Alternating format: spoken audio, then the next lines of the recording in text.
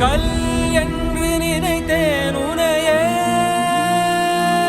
நீ யார் என்று சொன்னாய் மனமே தான் நீயா, எதில் நீ